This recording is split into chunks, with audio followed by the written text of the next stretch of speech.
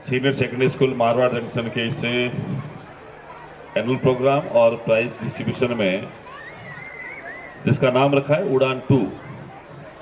सर्वप्रथम मैं RV senior secondary school का स्वागत करता हूं, अभिनंदन करता हूं और इस स्कूल के डायरेक्टर अशोक जी टाक का मैं विशेष रूप से धन्यवाद करता हूं कि आपने मुझे इस कार्यक्रम के निमित्त यहाँ बुलाया है। समय की व्यस्तता के बीच में मैं आपको कम समय दे पा रहा हूं, लेकिन फिर भी आपके आमंत्रण पर मुझे यहाँ सब लोगों से मिलने का अवसर मिला है। मैं अपने आप को भाग्यशाली समझता हूं। आज के इस बेहद ही गरिमामय और शानदार कार्यक्रम में हमारे बीच उपस्थित हमारे युवा संत, इस समाज को नई राह दिखाने वाले, वास्तव में जिनकी हमें आज आवश्यकता है, ऐसे आवश्यकता के दौर में एक चैतन्य मूर्ति के रूप में हमारे बीच विराजमान है। ऐसे जाड़न आश्रम से परम पूज्य परम संत अवतार गिरि जी महाराज के चरणों में वंदन करता हूं। हमारे बीच में इसी पाली लोकसभा क्षेत्र के पूर्व सांसद, जिन्होंने थोड़ी देर पहले हमें संबोधित किया और आपका लाड प्यार स्नेह हमेशा इस पूरे क्षेत्र पर बना रहता है और आज आप हमारे बीच में आए हैं। मैं माननीय पुष्पजी जैन साहब का भी स्वागत करता हूं, अभिनंदन करता हूं। आपके अपने चहेते लोकप्रिय नेता, जन जन के नेता, जो लगातार आपकी सेवा के लिए 24 घंटे तैयार रहते हैं, ऐसे मारवाड़ के काकू जिनको कहा जाता है, हमारे यहाँ के विधायक आदरणीय केसाराम जी चौधरी साहब, उपस्थित सभी महानुभाव, इस विद्यालय में पढ़ने वाले छात्र छात्राएं, विद्यालय का स्टाफ, बच्चों के पेरेंट्स और अन्य पधारे हुए सभी महानुभावों का इस उड़ान 2 के कल्चरल प्रोग्राम में बहुत स्वागत करता हूं, धन्यवाद करता हूं। मुझे यहां आकर के वास्तव में ऐसा लगा कि ये विद्यालय कोई बहुत बड़ा विद्यालय बनने की ओर अग्रसर है, जहां बच्चों में इतनी कंपटीशन के साथ में इतनी परफॉर्मेंस, चाहे वो एजुकेशनल हो, चाहे कल्चरल हो या अन्य किसी क्षेत्र में, अन्य किसी एक्टिविटीज में अगर हम लोग देखें तो वास्तव में इस विद्यालय के छात्रों ने जो उपलब्धियां हासिल की है, अभी अभी हमने इन 5 बच्चों को लैपटॉप दिया है। ये लैपटॉप वितरण हर कोई कर नहीं पाता, लेकिन बच्चों में मोटिवेशन के लिए, बच्चों को आगे बढ़ने की प्रेरणा देने के लिए इस प्रकार के कार्यक्रम में इन बच्चों को जब ये दिए जाते हैं तो निश्चित ही जो नहीं ले पाते वो बच्चे भी कोशिश करते हैं कि मैं दोबारा प्रयास करूंगा, मेहनत करूंगा, अच्छे नंबर लाऊंगा और दोबारा मैं इस लैपटॉप का अन्य किसी पारितोषिक को प्राप्त करने का प्रयास करूंगा। तो इस विद्यालय के समस्त स्टाफ को, मैनेजमेंट टीम को मैं धन्यवाद करता हूं कि इतना बेस्ट कार्यक्रम आपने यहाँ दिया। मैं लिस्ट देख रहा था कार्यक्रम की, 41 के करीब प्रोग्राम्स अभी हैं और हम लोग अभी 4 या 5 कार्यक्रम ही देख पाए हैं। एक्चुअली मैं जल्दी से बात की, आपके लिए तो ये एक बड़ा कार्यक्रम है जिसमें पूरे कई दिनों से मुझे लगता है आप मेहनत कर रहे होंगे, लेकिन हमारे लिए रूटीन का कार्यक्रम है कि हमें आज कार्यक्रम करके फिर कैसे कार्यक्रम में जाना है, पहुंचना होता है, समय की कुछ मर्यादाएं होती है। लेकिन मैं तो भाई अशोक जी टाक के विशेष निमंत्रण पर, जब बड़े प्रेम से आपने मुझे इन्वाइट किया इस कार्यक्रम के लिए, फिर आदरणीय केसाराम जी चौधरी साहब ने मुझे कहा, फिर पुष्पजी जैन साहब ने कहा, तो स्वाभाविक रूप से मुझे आना ही था। बहुत कुछ बातें अवतारपुरी जी ने, हमारे पुष्पजी जैन साहब ने और हमारे काकू केसाराम जी ने कह दी, उसके बाद में कहने के लिए कुछ बचता नहीं है।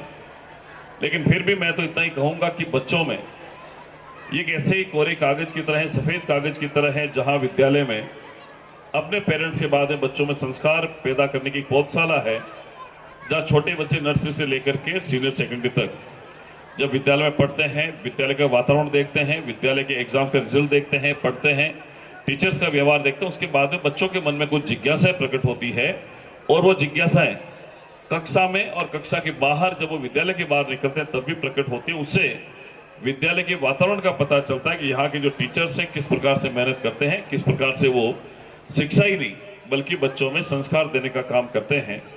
ये जो परफॉर्मेंस हुई है वास्तव में एक बहुत अच्छे विद्यालय की पहचान है कि अच्छा विद्यालय जब होता है, डिसिप्लिन स्कूल में जब इस प्रकार के कार्यक्रम होते तो बच्चों को आनंद भी आता है। छोटे छोटे बच्चे मैं देख रहा था, कुछ बच्चे ऐसे भी जो मंच पे तो नहीं नाच पा रहे थे, लेकिन नीचे मंच के नीचे जरूर वो उनके मन में कहीं न कहीं हो जिज्ञासा थी कि मैं भी इस कार्यक्रम में इसका पार्टिसिपेंट बनूं।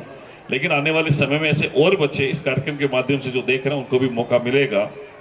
मैं तो इतना ही कहूंगा कि विद्यालय की जो परफॉर्मेंस है वही आपका सबसे बेस्ट परिणाम है। बच्चे और बच्चियां आजकल को एजुकेशन के माध्यम से पढ़ते हैं। अभी हमने कुछ दिनों पहले यूपीएससी का रिजल्ट देखा होगा। पूरे देश भर में नंबर 1 की पोजीशन पर आने वाली हमारी देश की बेटी थी। ऑपरेशन सिंदूर को पूरा करने वाली देश की बेटियां थी। और अभी 3 दिन पहले ही जब राजस्थान बोर्ड का क्लास 10th का रिजल्ट आया, मैं भाई साहब आग्रह करूंगा कि वहां 600 में से 599 नंबर। और सीकर की बेटी प्रियांशी 5 टोटल सब्जेक्ट में सिर्फ एक सब्जेक्ट में 1 नंबर कम, बाकी सब में 100% है। मतलब 99.83% लाना भी कितनी बड़ी बात हो सकती है। उस बच्ची ने कितनी मेहनत की होगी, इस बच्ची के विद्यालय ने, स्कूल ने, कोचिंग सेंटर ने कितनी मेहनत कराई होगी, उसके परिवार ने उसके ऊपर कितना ध्यान दिया होगा। और इसके अलावा एक एग्जाम्पल मैं और देना चाहूंगा कि बच्चों में जो पढ़ने की ललक होती है किस प्रकार होती है। हमारे ही जोधपुर के एक बच्चा है जो एग्जाम दे रहा था क्लास 10th का। उस दिन उसका मैथ्स का एग्जाम था। मीनवाइल अनफॉर्चुनेट उसके फादर की डेथ हो गई। अब एक तरफ उसके पिताजी की बॉडी पड़ी, एक तरफ उसको एग्जाम देने जाना है। पर बड़ा ताजुब होगा उस बच्चे के टैलेंट को मैं धन्यवाद देता हूं कि मैथ्स के सब्जेक्ट में 100 में से 100 मार्क्स उसी दिन एग्जाम में। मतलब बच्चों की आप देखिए कितना टैलेंट है कि जिस दिन एग्जाम है उससे एग्जाम से पहले पिताजी की डेथ हो जाती है, लेकिन बच्चा कभी हौसला नहीं हारता है। बच्चा पढ़ता है, अच्छे एग्जाम्स में नंबरिंग उसकी आती है, 100 में से 100 मार्किंग। तो ये कहीं ना कहीं हमें लगता है कि कैसी भी परिस्थिति आ जाए, लेकिन बच्चे अगर अपना हौसला दृढ़ रखे, अपना टारगेट पूरा करे, तो मुझे लगता है कोई भी उपलब्धि उसके लिए अनछुई नहीं रहती है। ऐसे कुछ उदाहरण है जिसको हम लोग इसलिए कहते हैं ताकि यहाँ जो बच्चे जिन्होंने 90%, 92, 93, 95 ऐसे बच्चे भी जिन्होंने प्राप्त किए हैं। हम लोगों के टाइम में केसाराम जी काकू के समय में, पुष्जी भाई साहब के समय, तो मुझे लगता है 50-60% ऐसे ही बहुत होते थे। हम लोगों ने जब एडमिशन लिया तब 70, 72, 75 के करीब नंबर भी बहुत टॉप के माने जाते थे। लेकिन आज 90% से ऊपर वाले बच्चों को टैलेंटेड माना जाता है। तो कहीं ना कहीं बच्चों में इस टेक्नोलॉजी के टाइम में, साइंस में, और जितने इक्विपमेंट्स आए बच्चों के पढ़ने के लिए, इस गूगल के माध्यम से बच्चों के मन का और मेंटली जितना प्रिपेयर्ड इसने किया है, उसके बाद में परसेंटेज की मात्रा तो इतनी हाई हो गई है कि अगर आप कंपटीशन में जाओगे, एक पोस्ट होगी तो 1000 बच्चे बराबर रूप से उसमें पार्टिसिपेट करने वाले हो जाएंगे। लेकिन उसके बाद भी बहुत सारे बच्चे ऐसे होते हैं जो अलग अलग क्षेत्र में काम करते हैं, अपने आप को कोशिश करते हैं कि मैं उसमें से बाहर निकलूं, कहीं ना कहीं सक्सेस होकर के। तो ये सक्सेस वाला जो पार्ट आप लोग पढ़ाते हैं इन बच्चों के मन में, वास्तव में बहुत मोटिवेशनल है। बहुत सारे बच्चे हैं जिन्होंने 5वीं बोर्ड में, 8वीं बोर्ड में और 10th बोर्ड में, 12th बोर्ड में बहुत अच्छे नंबर लिए हैं। मैं सोचता हूं कि इन बच्चों में जिस प्रकार से टैलेंट है, ये जरूरी नहीं कि पढ़ लिख करके कोई बड़ा अफसर ही बने। एक बहुत अच्छा कलाकार बन सकता है, आज मिमिक्री कर सकता है, आर्टिस्ट बन सकता है, आज एक पेंटर बन सकता है। कहीं न कहीं व्यक्ति के मन में जितना हुनर है, हुनर को आगे लाने की आवश्यकता हमारी है, इस विद्यालय की है। कि अगर हम लोगों जैसे एक परफॉर्मेंस हमने देखी थी, बच्चा पढ़ता लिखता है लेकिन उसकी आशाओं के अनुरूप रिजल्ट नहीं आ पाता, उससे डिसअपॉइंट होने की कथा भी आवश्यकता नहीं है, क्योंकि हमारे पास में बहुत सारे अवसर मिलेंगे। अगर कहीं हमें पहली बार में सक्सेस नहीं मिलती है, हम असफल हो जाते हैं, तो ये हमारे लिए कोई अंतिम परिणाम नहीं होता है। तो बच्चों को भी ध्यान रखना होगा, अगर परिणाम हमारे पक्ष में नहीं आते हैं तो उससे डिसअपॉइंट होने की आवश्यकता नहीं है, निराश होने की आवश्यकता नहीं है। हमारे पास बहुत सारे और अवसर आएंगे जब हम कुछ बन करके आगे निकलेंगे। सचिन तेंदुलकर का नाम आपने सुना होगा, मुझे लगता है बहुत सारे लोग जानते हैं। 10th पढ़ा लिखा व्यक्ति, हाइट भी कम थी, लेकिन क्रिकेट का टैलेंट इतना था कि दुनिया का सबसे बेस्ट क्रिकेटर वो बनकर आज भी हम लोग उसको याद करते हैं। आज हमने बहुत सारे ऐसे और लोगों को देखा है, अलग अलग सेक्टर में वो लोग अपने सेक्टर में अपने हुनर के माध्यम से, स्किल के माध्यम से आज हमारे लिए रोल मॉडल बने हुए। ऐसे बहुत से लोग हैं जिनको हमने देखा है, सुना है, समझा है। तो मैं आपसे भी आग्रह करूंगा कि कहीं जीवन में अगर हम लोगों को कहीं आवश्यकता पड़े कि हमें उचित प्लेटफॉर्म की आवश्यकता है, तो वहां हमारे सहयोगी जो है वो मिल करके उनको वो प्लेटफॉर्म देने का प्रयास करें, जिससे उनको आगे बढ़ने में कोई कमी महसूस नहीं हो, कोई असुविधा नहीं। अब देखिए भाई, दुनिया में ताकत 2 तरह की होती है। दुनिया में ताकत 2 तरह की मैं इसलिए कह रहा हूं कि आजकल बहुत सारे लोग चाहे वो राजनीति में हो, चाहे व्यापार में हो, चाहे और किसी सेक्टर में हो, जब बहुत सारे प्रभावशाली बन जाते हैं तब अपनी ताकत का दो तरीके से इस्तेमाल करते हैं। और अक्सर सामान्य जीवन में दो तरह की धारणा लोगों के मन में बनती है। मेरे पास में ताकत है, लेकिन मेरी ताकत का एहसास लोगों के बीच में डर पैदा कर दे, वो ताकत किसी काम की नहीं। लेकिन मेरे पास ताकत है और उस ताकत में लोगों में सुरक्षा का भाव हो, लोगों के अंदर ये लगे कि ये मेरी सुरक्षा कर सकता है, उस ताकत की हमें आवश्यकता है। एक ताकत राम जी के पास में थी, एक ताकत रावण के पास में थी। हाँ, रावण की ताकत से लोगों को डर लगता था, राम जी की ताकत से सहारा मिलता था। राम और रावण की ताकत में कोई कमी नहीं थी, लेकिन जनता में भरोसा राम जी के ऊपर ज्यादा था। इसलिए आप लोगों को मर्यादा पुरुषोत्तम राम जैसे बनना होगा, उनसे सीखना होगा। कभी धर्म की बात आएगी, नीति की बात आएगी, न्याय की बात आएगी, राम तो कोई बन सकता है, लेकिन मर्यादा पुरुषोत्तम बनना बड़ा मुश्किल है, क्योंकि उसके लिए त्याग करना पड़ता है, उसके लिए तपस्या करनी पड़ती है, उसके लिए जीवन में बहुत सारे फैसले लेने पड़ते हैं जो हमें स्वीकार हो या नहीं हो, लेकिन समाज को स्वीकार हो, ऐसे फैसले लेने की आवश्यकता है। आज हम लोग बहुत सारी चीजों से गुजरते हैं। मोबाइल वाली बात आई थी, मैं भी उस चीज से सहमत हूं। मैं भी इत्तेफाक रखता हूं कि मोबाइल जीवन में बहुत सारी हमें आसानी पैदा कर देता है, लेकिन छोटे बच्चे जिस तरीके से मोबाइल के एडिक्ट होते जा रहे हैं, उससे कहीं न कहीं पेरेंट्स को ये बात सोचने के लिए मजबूर होना होगा कि इस मोबाइल का उपयोग कितना हो रहा है, दुरुपयोग कितना हो रहा है। मैं नहीं कहूंगा, आप बहुत सारे पेरेंट्स ऐसे बैठे, उनको पता है सब कुछ कि हमारे परिवार में इतने लोगों के पास में इतने मोबाइल हैं। अब वो मोबाइल का कितना उपयोग होता है आप जानो और आपका काम जाने, लेकिन परिवार में अगर संस्कार बचा के रखने हैं, आने वाली पीढ़ियों को अगर आपको ठीक करना है, इस मोबाइल का कितना उपयोग होता है उस बारे में आपको जानकारी रखनी होगी। आज हम लोग इतने लोग हो गए, हमारे परिवार में हमारे पीढ़ी से पहले वाली पीढ़ी को अगर आप लोग देखेंगे तो हमारे दादा, हमारे काका, हमारे पिताजी, ये जो लोग थे, ये चार भाई भी होते थे तो एक साथ बैठ करके शाम का सुबह का भोजन एक टाइम करते थे, एक टाइम 1 घंटा बैठते थे, बातचीत करते थे। लेकिन आज क्या हो गया, आज किसी को कोई टाइम नहीं है। या जितने लोग बैठे उसमें से मैं कह सकता हूँ 90% ऐसे परिवार होंगे जो अपने परिवार के साथ में बैठ करके एक साथ का भोजन नहीं करते, क्योंकि समय इतना व्यस्त हो गया, लोगों की जो मानसिकता थी बदल गई। तो ये कुटुंब का काम है, कुटुंब संस्कार का काम है, परिवार का काम है। ये कहीं न कहीं अगर गिरती हुई, अगर इसकी स्थिति, उसके जिम्मेदार सिर्फ हम लोग हैं, कोई और नहीं हो सकता है। परिवार में कहीं भी अगर हमें लगता है कि हमारे संस्कार गिरते जा रहे हैं, उसके कारण से हमें नुकसान होगा, तो हमें ये सोचना होगा कि हम इसको कैसे बचाए रख सकते हैं, कैसे हम लोग इसको पूरा कर सकते हैं, कैसे इसको ठीक कर सकते हैं। कुछ बातें व्यावहारिक जीवन हमारे काम आती है, उनका भी हमें सोचने की, समझने की आवश्यकता है। हम लोग जिस तरीके से हमने महिलाओं के प्रति वुमेन्स एम्पावरमेंट का एक प्रोग्राम देखा, सिक्योरिटी का प्रोग्राम हमने देखा, मैं तो ये इतना ही समझ सकता हूं कि वास्तव में गुरुदेव ने सही कहा है कि महिलाएं अगर ठान ले, इस कलयुग को सतयुग में बदल सकती है। लेकिन साथ में अगर पुरुषों का दृष्टिकोण पॉजिटिव हो जाए अपनी मातृशक्ति के प्रति, तो ये जो हम वातावरण देखते हैं अपराध का, ये ग्राफ 0 हो जाएगा और फिर से कलयुग से सतयुग की ओर हम लोग लौटेंगे। तो हमारी मातृशक्ति के प्रति एक जिम्मेदार नागरिक होने के नाते ये आवश्यकता है कि हम हमारा दृष्टिकोण बदलें। माताओं बहनों को किस नजरिए से हम लोग देखते हैं, उसमें कहीं न कहीं बदलाव लाने की आवश्यकता है। सकारात्मक सोच के साथ में हमें ये पता है कि हमारे परिवार में बेटी है, हमें ये सोचना होगा कि हमारे परिवार में बहन है, हमारे परिवार में हमारी माँ है, हमारे परिवार में दादी है। इस नारी शक्ति के बिना जीवन की कल्पना, समाज की कल्पना नहीं हो सकती है। जैसा हमारा परिवार है वैसा सामने वाले का परिवार है। अगर इस तरीके से हम लोग सोचने लगेंगे तो मैं सोचता हूँ कि महिलाओं के प्रति बदलावा दृष्टिकोण इस समाज में एक बहुत अच्छी बात रख सकता है और समाज को आगे बढ़ाने के लिए सहायक सिद्ध हो सकता है। मैं ज़्यादा लंबी चौड़ी बात नहीं करूंगा, मैं तो धन्यवाद देने के लिए खड़ा हुआ हूँ और मैं अशोक जी का ऋषि विद्यालय परिवार का बहुत धन्यवाद करता हूँ और मैं उम्मीद करता हूँ कि आपका ये कार्यक्रम बहुत अच्छा चल रहा है और लगातार जब एंड होगा तब अच्छा चलेगा और आपका परीक्षा परिणाम है वो हमेशा अच्छा रहेगा।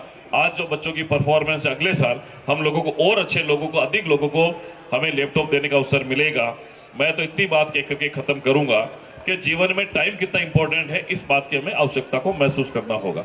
या बहुत सारे लोग बैठे, आपने कभी सुना हुसैन बोल्ट कौन था? आप लोगों में से बहुत सारे लोग जानते हैं हुसैन बोल्ट कौन है? हुसैन बोल्ट एक विश्व का सबसे तेज धावक है, विश्व का सबसे तेज धावक है। उस व्यक्ति ने जीवन में तय किया था कि मुझे 100 मीटर दौड़कर वर्ल्ड रिकॉर्ड बनाना है। उस व्यक्ति ने 100 मीटर दौड़ने के लिए 10 सेकंड दौड़ने के लिए पूरा जीवन लगा दिया। उसके पास में दूसरा कोई काम नहीं है। 10 सेकंड भागने के लिए जो व्यक्ति पूरा जीवन लगा सकता, समझो उसका टारगेट कितना मजबूत है, कितना लंबा है। हर बार अपने ही रिकॉर्ड को तोड़ करके दूसरा रिकॉर्ड बनाना, ये उसेन बोल्ट से सीखना चाहिए। और बच्चों को भी लक्ष्य निर्धारित करके चले, मुझे जीवन में इंजीनियर बनना है, डॉक्टर बनना है, थानेदार बनना है, पटवारी बनना है, या हमें कलेक्टर बनना है, हमें कोई बड़ा एडवोकेट बनना है। क्या बनने के लिए आपकी प्रारंभिक शिक्षा, आपकी सेकेंडरी और आपकी कॉलेज एजुकेशन, ये 3 स्तर होते हैं। सीनियर सेकेंडरी के बाद में जब इस विद्यालय से 12वीं के बच्चे निकल जाएंगे तो कॉलेज एजुकेशन में प्रवेश करेंगे, तो घर का और कॉलेज के वातावरण में बहुत परिवर्तन आ जाता है। इसलिए आपको घर से बाहर निकलते हुए ये तय करना होगा कि मुझे क्या करना है। ऐसा नहीं कि मैं क्लास 12th में मेरे 10-20 बच्चों के साथ, यार दोस्तों के साथ पढ़ रहा था, सब लोगों ने साइंस मैथ्स ले ली, से मुझे भी लेना, लेकिन मेरा इंटरेस्ट नहीं है। ऐसा नहीं है। अपनी रुचि किसमें, हम लोग क्या कर सकते हैं जिससे हमारी पढ़ाई की उपयोगिता हो, हम समाज को क्या दे सकते हैं, हम पढ़ लिख करके क्या बन सकते हैं, इस बात की हमें सोचना होगा। तो ये आपके ऊपर निर्भर करता है, डिपेंड करता है कि आप लोग आगे चल करके क्या बनेंगे। हाँ, मैं भी ये सोचता हूँ कि बच्चे जब छोटे होते हैं तब उनकी जो मानसिक विकास की स्थिति होती है वो कुछ धीमी होती है, लेकिन जैसे जैसे उम्र बढ़ती है, जैसे जैसे दुनिया का उनको अनुभव होता है, उसके बाद में उनकी जो मेंटलिटी है वो बहुत ब्रॉड हो जाती है। इस ब्रॉड मेंटलिटी में वो एक जिम्मेदार नागरिक के नाते परिवार को और समाज को क्या दे सकते हैं, इस बात की चिंता भी उनको करनी होगी।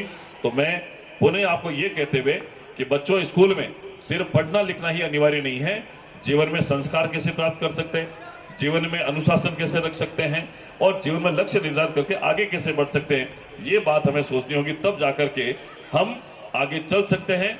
और हमारे पास में कितनी भी अगर बड़ी ताकत आ जाए, चाहे पैसे की आ जाए, चाहे और किसी की आ जाए, उसका दुरुपयोग कभी नहीं करें, क्योंकि तो पल भर के हैं, क्षण भर के हैं, और ईश्वर ने हमें ये मौका दिया कि हम कुछ अच्छा करके जाएं।